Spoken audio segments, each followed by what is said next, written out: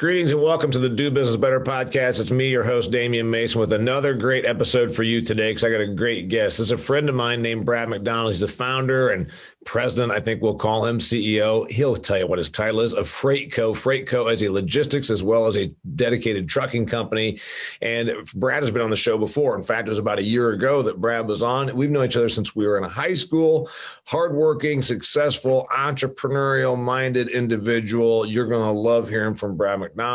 We're going to discuss today survival strategies when the marketplace throws you a wrench, a monkey wrench, as they say. When the marketplace makes it hard for us, how do we survive? What do we do to get by? And I figured he's a good guy to talk to about this because he's been on his own for a very long time. Brad McDonald, welcome to the Do Business Better podcast. Thanks for having me. All right. For those that don't remember the episode from a year ago, you got out of college, you worked for a freight company, and then you started your own thing when? Actually, 2001, Tracy Shaw and I left a company that we were working for in Indianapolis. We said, you know what, we can do this on our own. So we branched off and hooked up with a small family-owned company. We did that for about a while, and then we realized it's really hard to integrate ourselves into a family-owned company. So we departed that situation and we started Freightco. So we started Freightco in 2004, and today, we're where we're at. Yeah, well, your partner who we both know is no longer there, so it's just you. So tell me what Freightco looks like today. So Freightco is an asset-based logistics provider. That's what we call it. So that means asset-based means we have our own trucks. We have a small fleet of trucks to service dedicated customer needs. We have some customers that say to us, listen, we only want your trucks to do this. Because when we started Freightco as a brokerage company. And a brokerage company is, so we'll go out and we'll gain business from a client, from a customer. And let's say that we get that business and it's a load that pays $1,000, and then we'll find a carrier to do it for $900. That's very common occurrence in our industry. That's how, yeah. So freight moves a lot of times on a brokered deal. That's why we see owner operators. You'll see all that kind of thing where you're like, I own my own rig, and then I just have somebody like you that throws me these jobs, and then you take a little rake off of it, right? Correct. And then you have your own thing. So a Freightco is a logistics brokerage company on one side, and then it's also a dedicated, which means you have your own trucks, your own employees, and do that where it's just then where you're not brokering out. Correct. So we also have an office in Atlanta, Georgia. We're getting ready to open an office in the Raleigh-Durham area. So we just hired a new employee who is going through some training and doing some things there, and she'll open up an office in that area for us. Total number of employees between both and everything is how many now? 28. All right. So now everybody's got a background for that. And yes, again, dear listener, if you're a friend of mine listening to this, you probably know Brad McDonald because he and I have been friends since high school. But whether that happened or not doesn't matter. He's been out here making it all happen for 20 years, 17 years since he left his own joint venture, left the joint venture he had with the family-owned company. All right. We tell everybody that listens, because I've been on my own since 1994 when I quit corporate. You've been on your own for a long time. Everybody comes to us and says, hey, I got this idea. And we always say, hey, it's not about the idea. Ideas are great, but also it's about a lot of other things, making it all work. What we're talking about now is the last year. In the last year, since March 12th, March 13th, Friday the 13th of March, the government started locking down the economy, started shutting down businesses, started telling people they couldn't leave their house. The media went on a 24/7 scare campaign. It screwed things up. And so you and I both find ourselves in this situation where it's not always gravy running your own enterprise, period. But now all of a sudden, this thing that I thought, what the hell? What the hell? How long does this last? So tell me about what happened starting a year ago for you. Well, a year ago for us, we still had residuals. We still had accounts receivables coming in. So the immediate impact wasn't necessarily as bad as what I knew that was coming. And what was coming in June would be a couple different things. Number one, customers not able to pay us, or customers that were waiting on PPP money to pay us. And also the downturn of non-essential business. So non-essential business, if you haul a load of kickballs, or if you have just a variety of, whether it's cabinets or pool spas or a lot of different items like that, those aren't shipping. The essential items that do continue to ship, and people are like, well, you know, things are going crazy. You have everything shipping. You have water, you have toilet paper. Everyone's like saying, well, we can't find toilet paper. You guys have to be crazy busy. And it was busy, but because you're not shipping products to Kohl's, and because they're non-essential, you have just, it's supply and demand. So you have an oversupply of trucking companies, and you have a limited supply of freight only going to essential type facilities. And so rates became really depressed, extremely depressed, from the end of March through about the third week in June, about the third or fourth week in June. Okay, so you're talking a couple months there, easily, maybe 3 months. And by the way, when you say rates, for the person that's like, I don't really understand the vernacular of trucking, he's talking about the amount he can charge to move a pound of something from one place to another, right? Yeah, it's a per mile basis. Yeah. So it's based off of per mile. Okay, so rates got depressed, meaning some folks probably, and this is what always happens as you look at it, like the contractor wants to keep his guys swinging hammers. So he's all of a sudden now taking jobs for below break even just to make sure that he's keeping his people going, and he's losing a little bit of money. Is that kind of what happens? People are, your competitors are saying, shit, we got our nut to cover. Let's go ahead and do this at break even or less. Yeah, a majority of our freight was at contract level. Unfortunately, you still had some customers that wanted to take advantage of the market. Mm-hmm. You have a lot of companies that say have their fiscal year that ends in May, so they may do their contracts in May. So market price at that point in time is different than what it had been in the past. So they leverage that current market. And so your market price may be down 40% to what it was before, which is disturbing, very disturbing. When your market price is 40% off or 40% of what it was supposed to have been? Right. All right. There's two modes, thrive and survive. I think if you talk to anybody that's been on their own, piloted their own ship long enough, they'll tell you, all right, there's no such thing as just, we like to call it business as usual. The reality is there's all sorts of different things. There's storms, there's government, there's regulation, there's changes in the marketplace, there's shortages of inventory, there's raw materials, all this kind of stuff. I think that there's two things called thrive and survive. There's times when you're just going gangbusters, right? Gangbusters, and there's times where it's crickets.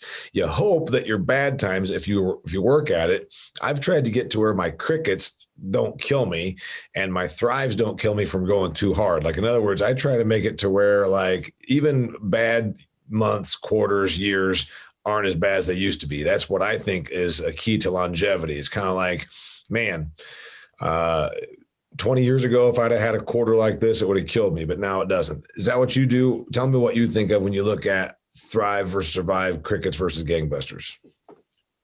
Well, you're always going to have disruptions. You're always going to have downturns. So you learn from those as you get older, as you get more experience. I think that helps. But yeah, the biggest issue is front loading. I like to think about front loading.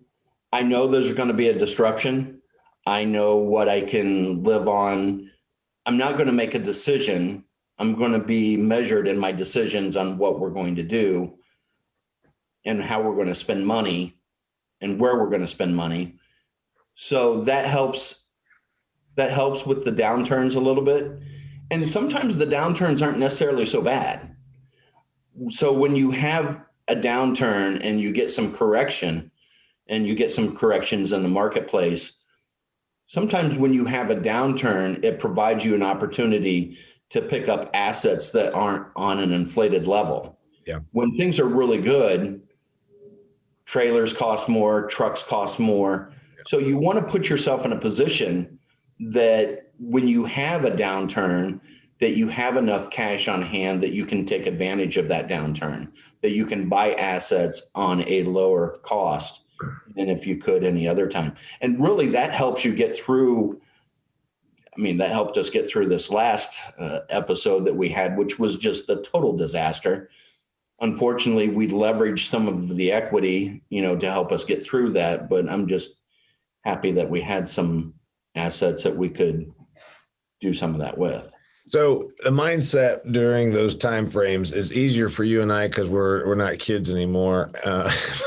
Like my mindset is, I'm like, okay, don't panic. And then you go through like, maybe I should be doing this. Then my problem is when you get slow, I think it gives you more time to start thinking, and then you start doubting or questioning. That's been my only issue, is that you start questioning and doubting, and then you don't know for sure. Whereas when you're going great guns, and then you don't even have time to really do a lot of questioning. It's just a matter of here's what we're doing, and here's the next thing. You got a lot more confidence when things are going crazy, don't you? Yeah, I think that's a couple things. I can hear my mom saying to me, stop feeling sorry for yourself. Yeah. No one's going to do it for you. You need to do it yourself. The other part of it is I think of the movie Saving Private Ryan. There's a sergeant in Saving Private Ryan, and he's walking across this battle scene, and there's just bullets flying by him. Pew, pew, pew. And it's almost like he feels like he's invincible, like he's not going to get shot. But even if he does, he almost feels somewhat dead anyway, right? So, he's exhausted, he's tired. So, and that's kind of the feeling that you get. I mean, you can't stop. It would never stop. I mean, I would have to be dead, for me to stop. So it's not going to stop. You become a little desensitized during that period. I'm not going to lie, didn't really care about much of anyone else. I mean, it was survival mode. And so you had to do what you had to do. Yeah. So, by the way, it is survival mode, and you do whatever you got to do, and it's not being insensitive, and it's not like being mean, but you're like, hey, here's what I got to do. That's it. So, entrepreneur types aren't really usually wired for hunker down mode. It's been my observation that somebody like you, somebody like me, we're pretty much like, hey, I get together with a couple of my friends here last week, and we're having drinks and golfing, and they're pretty positive, business-minded guys, a couple of entrepreneurial-minded guys. We don't think about, hey, how can you hunker down and do everything you can, like, eat canned soup and all that. It's more like, hey, what can we do next? What can we grow to? Is it hard for you to go into hunker down mode? Again, what I talked about earlier is you try to front load situations like this. Mm-hmm. So you know that these are going to come down. So you really leverage relationships ahead of time. Mm-hmm.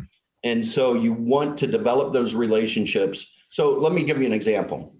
When the economy is really, really good, capacity becomes an issue for our customers. So during that period of time, we spend a lot of time calling customers to gain market share because there's someone out there not taking care of them. Mm-hmm. And so we really push to expand our customer base during that period of time, because when things are bad, every trucking company in the world is calling them. Every logistics provider in the world is calling them. Yeah, everybody becomes a door knocker. When the market gets skinny, everybody becomes a door knocker, right? Right. So we try to focus on the opposite side of it.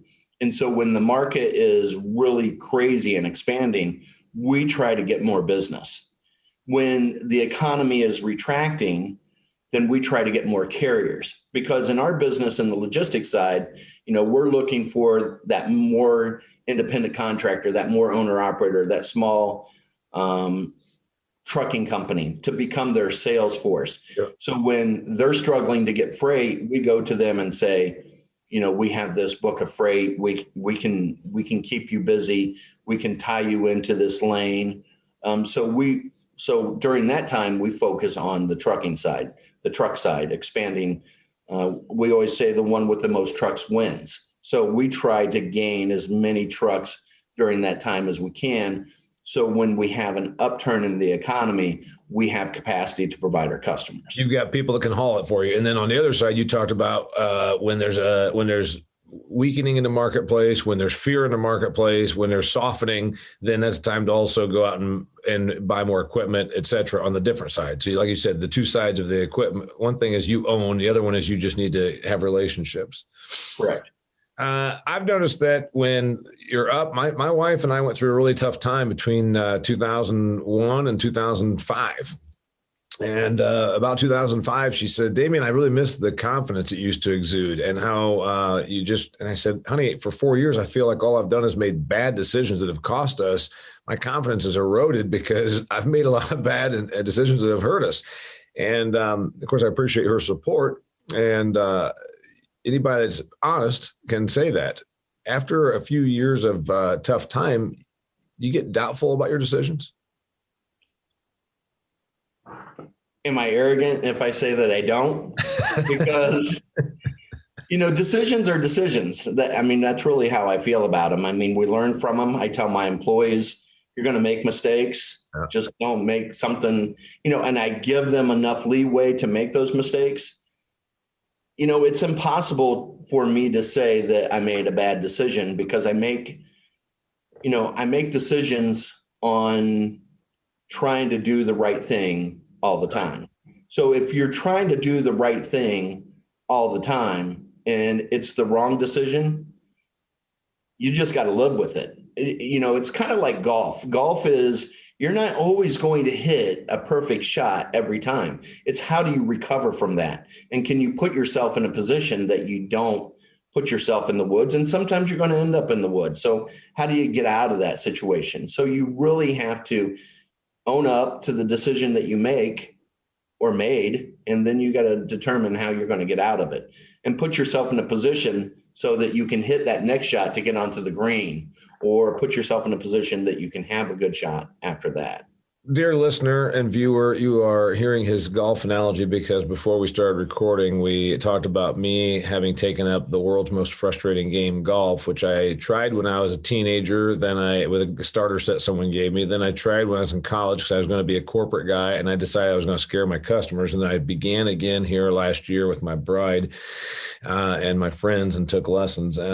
Good analogy, though, because the point is, what we say is, that I've learned about golf, and I certainly know about business, is that great shots are neat, but they're actually pretty damn hard to pull off.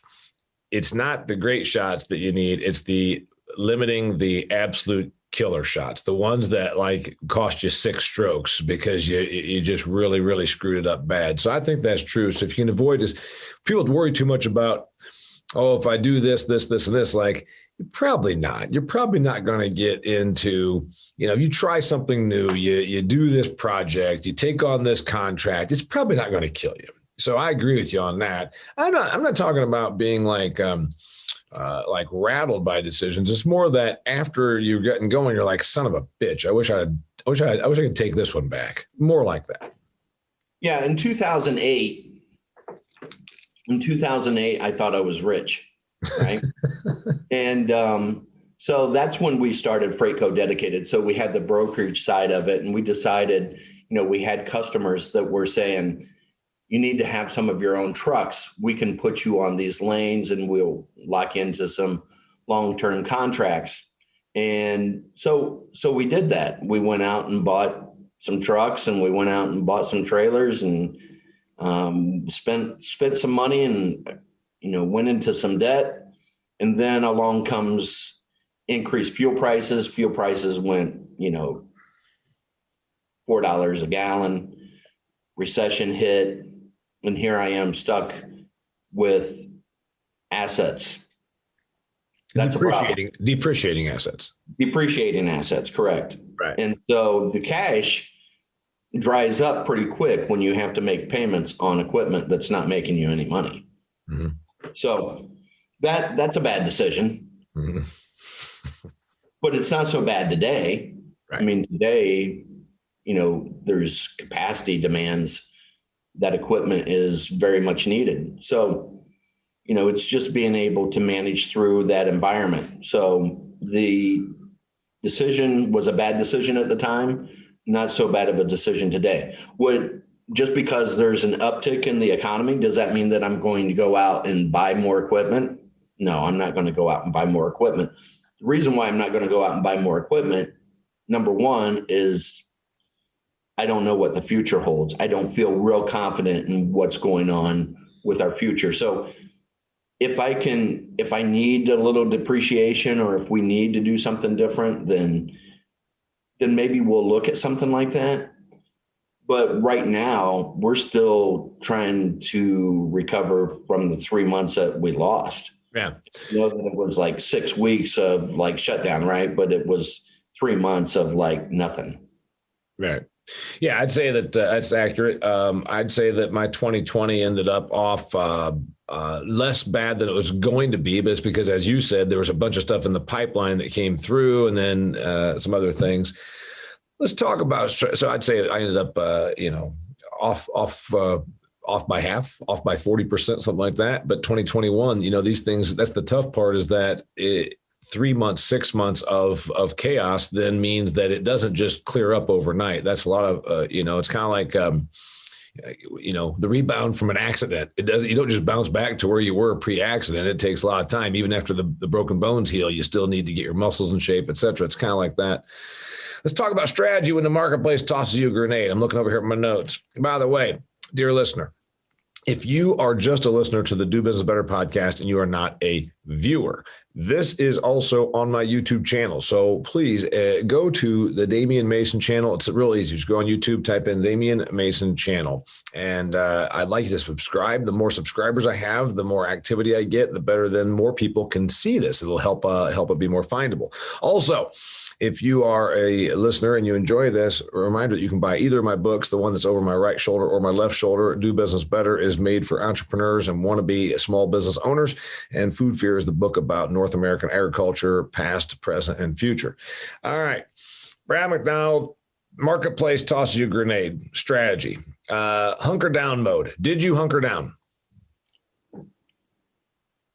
Well, did I hunker down and like not work? I couldn't not work. I mean, I had to work harder than I've ever worked. Honestly, this year I've put in more hours than I ever have in my life. It's what I would say, that me, you, and I can talk to a whole bunch of people that are in different, depending on what their business does. I said, as I said, I'm working really hard, and then sometimes I'm not because I don't know for sure what to do. But the reality is I'm still stressing, and I'm still working, and I'm working when I can, but I'm not really making as much money. So I discovered that there was plenty of work going on, less revenue coming in. You took a revenue hit, you worked harder than you had before. So that's what a lot of people need to understand. That's how running your own business is. Spending. You probably cut back a little bit personally, but you did take some monies and put it into new equipment when you thought that there was cheap trailers or cheap trucks to be had. A little bit, right? That's what you would normally do. But in this situation, number one, you had to hold on to cash. Number two, there is no equipment to be had. So that's a problem in itself. You can't get equipment right now. As far as cutting back on personal spending, my wife has said to me, "You haven't paid yourself in a while, have you?" And I said, "No, but it'll be okay. It'll come around." But yeah, so that's another thing that I think that employees, we talked earlier, everyone thinks it's gravy, right? But they don't realize that you can go for months, right? And not pay yourself, or be limited in paying yourself. Great example that if you're listening to this and you're not a business owner, or even if you are, the PPP, the Paycheck Protection Program, great example. A lot of people said they saw it in the news and they're like, "Oh, well, these small business people, they're going to be all right. They can go get that PPP." First off, you didn't get it until you'd already been shut down for 4 to 8 weeks. There's a lot of folks that are really, really just clinging by their fingernails. So if you got to go 4 to 8 weeks without any revenue and you're still obligating expenses, by the time that PPP came, that's like throwing a life raft out to somebody that's already been eaten by the sharks. They're done. The thing on that is the PPP, as you just pointed out, you didn't pay yourself. Most folks don't get it. The PPP generally made it so you could pay your employees, but not yourself. Correct. The attorney was able to pay his employees, but not himself. My friend, the graphics design company, paid her employees, not herself. I mean, this goes on and on. I know all kinds of people that they got enough to keep things so that they could pay their employees, didn't do a damn thing for them. So there they are still sitting and working, as you said, harder than usual, no income. Right.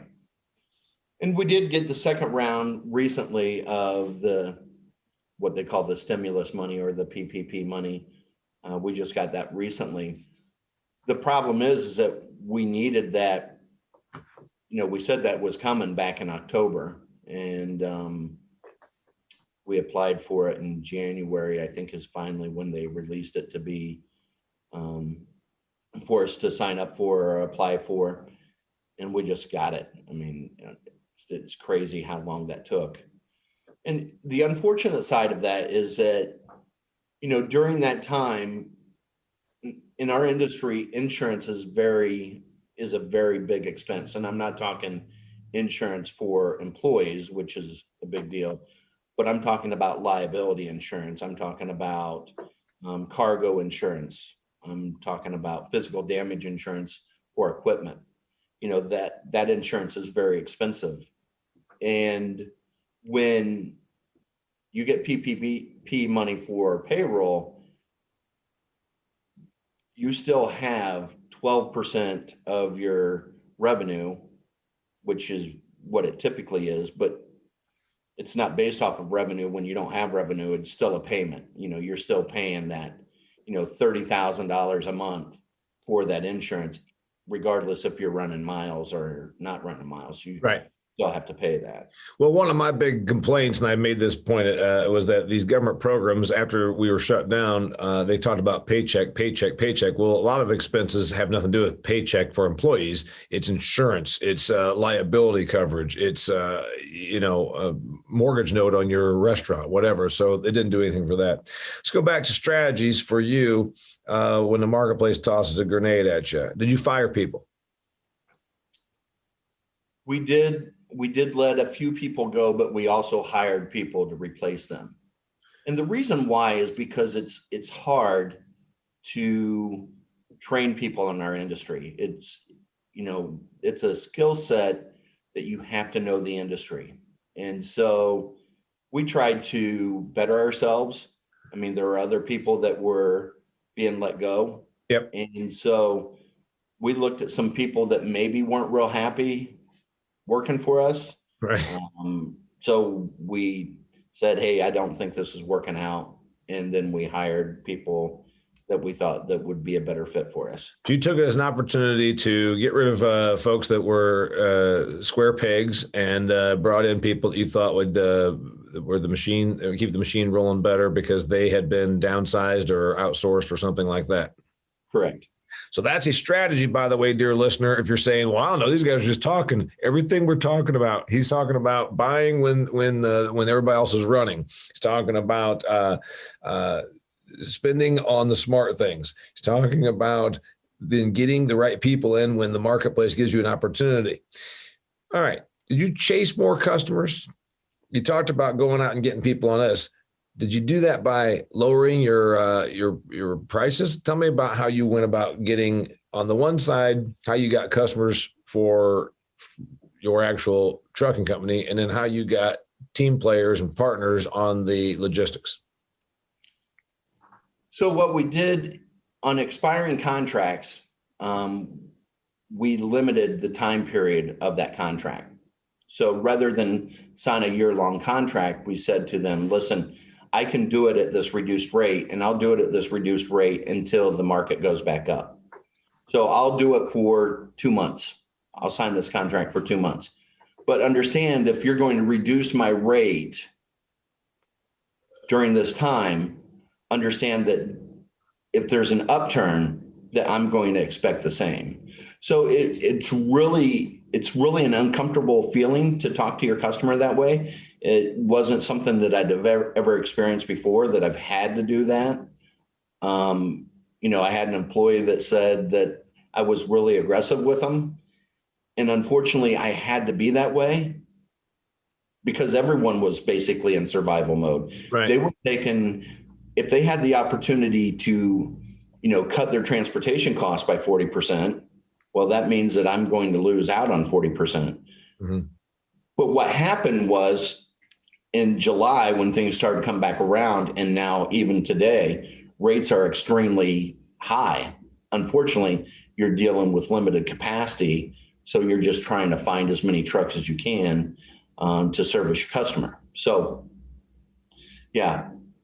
Did we reduce our rates to keep business? Yes, but we didn't sign long-term contracts. We made sure that our customer didn't expect that this was going to be a long-term deal. Again, going back to what we always try to do, because you always know that there's going to be a downturn. So a large majority of your business that you have, that we have, is based off of what we call relationships. And it may not be the highest rate in the market, but they're going to be there for us all the time. So you get your upper control limits and your lower control limits, and we want to be just above the median price of the market with some of those customers. And you really develop relationships with them. You provide something that they don't want to lose. They can't afford to lose you during a downturn. And if they did lose you, then it would cost them a lot of money to replace trailers. And so it's really important that you front load that so that when you do have a downturn, that it's really hard for them to use someone else. So I think that we did a good job with that prior to, and that's something that we focus on as a business strategy, just to make sure that we have long-term secure contracts based not only on, an agreement, but also on a relationship. So you talk about relationships. What about the person that doesn't have long-term contracts or even short-term contracts? They're not in a trucking business. They own a bakery. They own a gym. They own, 3 fast food franchises, whatever the thing is. What should they focus on when it's tough? You may think that I'm crazy, but I think if you have a restaurant or if you have a gym, I don't know if a gym wouldn't actually work, but I think that you just got to make people know who you are. I think Jean Ann at Nick's Kitchen does a great job of this. She promotes herself really well on social media. When they were shut down, she promoted herself really well on social media. We have takeouts. Still promoted her tenderloins and her food. Sure. So even if she was breaking it, by the way, dear listener, viewer, you're probably saying, who the hell is he talking about? This is a restaurant in our hometown that both Brad and I go to. So yeah. Basically, if she was not even making money during that time, at least it was brand building. And Mrs. Mason and I talk about that also. It was really important for me to stay. I make money in the meetings business, clearly, in addition to some other stuff. And Mrs. Mason and I talked about it. I said, I still got to stay out there. I still got to stay out there to let people know that I'm still a personality that has outlook and commentary for business and agriculture. So I agree with you. That's what you do in your slow time. Now, the tough part is relationships. A lot of people go away. A lot of people change. What relationships do you think helped you the best through this? What did you focus on? With your employees? Our employees did really well during this period of time. Working from home is a challenge. Yep. And they did really well during that period. And it's not easy calling customers and trying to interact with customers over the phone, and you have dogs barking in the background and kids screaming, and it just was really tough. And our employees, they're scared as well, and they did a really good job during that period, or even now. Did your employees take a pay decrease knowing that the company's revenue was down? We did not decrease their pay. Okay. Only you took a pay decrease. Correct. All right. Staying positive. I'll admit it's a challenge because, again, I'm wired to be running. I'm wired to be running and going, and then all of a sudden you're forced to be in neutral. I had moments where I wasn't positive. What about you? I tend to internalize that a little bit. You know, my family or my wife probably wouldn't know that I'm concerned or that I'm upset. Uh-huh. One of the things, like when I get sick, I get a fever or don't feel well, I think that as long as I don't tell anyone I'm sick, then no one will know that I'm sick and I'm just okay and everything will be okay. Yeah. So I didn't, and I really don't want to put the burden on anyone else. I don't want them to say, oh no, what are we going to do, pony boy? You know, type scenario. Yeah. Because I think that only adds to the drama.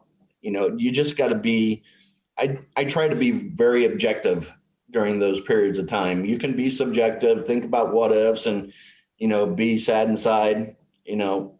So I might go out and shoot a few rounds of ammunition out of a shotgun or do some things like that. And that makes me feel better just to shoot something, blow something up, do something like that. All right. So you're working harder, but you know, and I was working hard, but I was working hard, but not as many hours as I used to because I used to be on the run more. So then I kind of wondered, where do I spend my time? Where'd you spend your time? What activities? Well, we couldn't do anything. What business building activity did you do if you said, man, we've got less customer outreach to do? What were you doing? You were just still building business. You were spending your time doing what? We were training a little bit more than what we had in the past and focused a little bit more on identifying customers. We focused on gross profit per customers, which customers provided us the most gross profit, what lanes, what we call lanes, it's business, what lanes that they have, maybe that we could source, what carriers that we have that might fit those lanes. Right. We did a lot of identification during that period of time. Identification. Identifying carriers that could match up to certain lanes, identifying carriers that would match up with this customer within this lane. We're looking for a customer that fit Houston to Phoenix. Yep. We were looking at customers that would fit that lane and could do it more efficiently than someone else because they were in Phoenix and they took a load to Houston. And so they needed to get back home. So they may do it for 5-8 cents a mile less than what we had previously. So we were working with those carriers to see what we could do to increase our gross profit and also provide them value because they need to get back to Phoenix. So we spent time doing exercises like that, identifying where we can better ourselves. All right. We're talking about survival. You just talked about ways you did that. You spent time training. You spent time mapping out more of the marketplace. You said, we're not crazy busy, so we're going to find ways that we can still profit through this by identifying some niches or some new lanes. What separates those that survive from those that don't? You've all heard it. 50% of all small businesses fail within 5 years. I say they don't fail. I think they just give up. They just say, shit, this is hard. What separates those of us that make it through the tough times and those that don't? Not quitting. I mean, that's probably the biggest issue. You know, you just don't give up. I agree with you. I talked about it in my book. I said resilience, I think resilience means you just don't quit. I think it's the most important thing. People think it's business plans and all that kind of stuff. I say, no, it's just mostly about I refuse to lose. Right. Yeah. You just can't stop running. You know, you just keep running and running. Anyone can go out and run a mile. Anyone can go out. It's the people who quit who can't do it. Anyone can do it. Yeah. It's whether you finish it or not. If you quit, obviously you can't. So you just have to finish. What good habit do you have that helps with your survivability besides just the not quitting, besides the resilience? Is there anything else? You know, that's probably the biggest. You know, I think that I do a pretty good job of managing relationships with my customers. I think that I have some key relationships with customers. And obviously, I've developed some relationships with my employees. So that has helped. And being able to get people to think like I think sometimes it is really difficult. I've said this to other employees in the past, you just got to get them to think like you think. You got to get them to think like we think. You're going to go into a customer and you're going to hear that customer tell you why they can't do this or why they won't pay that. You have to get them to think like you think. And that's important in the relationship. Number one, I think that you have to understand your customer. You have to, what we call the anatomy of the customer. You have to understand the anatomy of the customer. So if you understand the anatomy of the customer, the needs of the customer, you understand their business, that goes a long ways. But then once you understand their anatomy, then you can kind of sense where you need to be within them. And then you need to explain to them where you provide value, and they need to think like you think when you're providing that value. You need to get them to understand that value. All right, I'm liking this. By the way, I talked about habits in my book, my Do Business Better book, which is that one over there. I said there's 4 traits, and their resilience being one of them, that is key to entrepreneurial success long term, and resilience is definitely one of them. And then I talked about habits, and you keyed on one of them there. You talked about customer outreach, and you also talked about working on relationships within the people that make your business go, your employees. And I was thinking about my own habits that I think helps me through my slow times salesmanship. My wife's like, man, you always are looking at what can I put out there? What thing can I put out there? So you've got to be a salesperson. And it doesn't necessarily even mean that sometimes during the slow time, you're going to just come home with, a big new contract. It could just be that you're still staying out there when the other folks are giving it away, banging on doors. But I always look at, no, how can we position ourselves? Because sometimes smart salesmanship is positioning. I'm going to be your long-term solution, like you talked about. Where can we be your solution for the next 2 years? That kind of thing, 5 years. Right. You're building the emotional bank account, or you're adding that feather to your cap, so to speak. And we talk about that on a regular basis. When we do a load, and let's say that our gross profit on that load is only, say, 8%, we still make money on the load. It may only be $100 or whatever, but you provided additional value. It was a tough cover. It was a last minute thing. You provided that service to the customer. And so you gain equity with that customer. And that's important, but you can't be equity rich, right? You can't be doing all these favors for everyone and then not have anything to show for it, because you'll just go out of business that way. And your customers are like, man, he is a good guy though. Right. Yes. There's a thing called a GoodWILL bank account, and it's good for your business to have a GoodWILL bank account, but it's better for your business to have a good, real bank account, right? Is that what we're talking about? Right. And which doesn't exist today, maybe for some people, but for us right now, the good, real bank account is not real good, but it'll get better. I mean, it'll come back around and it'll be fine. But that's going to take strategic execution. We have to execute on some things going forward that will allow us to get back to that point. So, yeah, but it's really hard. You can't take 3 months off with almost no revenue and think that your bank account's going to stay the same, regardless of how much PPP money they give you. It just doesn't happen. Well, no, all that did was maybe pay for some employees. And as I pointed out, there's a bazillion other expenses that go out the door. I mean, I don't even have employees per se, other than my wife and I. So it didn't stop all of the insurances. It didn't stop all of the Google search engine optimization and the website and the ongoing marketing and the et cetera, et cetera. So yeah, we all have that, not to mention my farm and some other different things that happened in my little enterprise. What did we not discuss that we should have, Brad McDonald? What thing did we not cover about survival strategies for small business? I think that we covered everything. The biggest thing is it's not the shot that you're taking right now, for using the golf analogy. It's not the shot that you're taking right now. Obviously, we want to know where you want to be for the next shot and the next shot after that. So as long as you prepare yourself, and what I call we front load it, understanding that there's going to be a downturn at some time. And then when you're faced with just the total shutdown. Mm. I mean, you just got to go to work. I mean, and you got to work harder than you've ever worked before. I mean, it is literally like, I can't imagine being in war. I've never been in a situation like that, but literally you're starving, you're hungry, and you got people shooting at you. And I can't imagine what that was like. So I think about scenarios like that. I think about someone being in a trench, someone shooting at them. And I think my life isn't that bad. No. I'm not like in a trench somewhere fighting a war. I don't have that.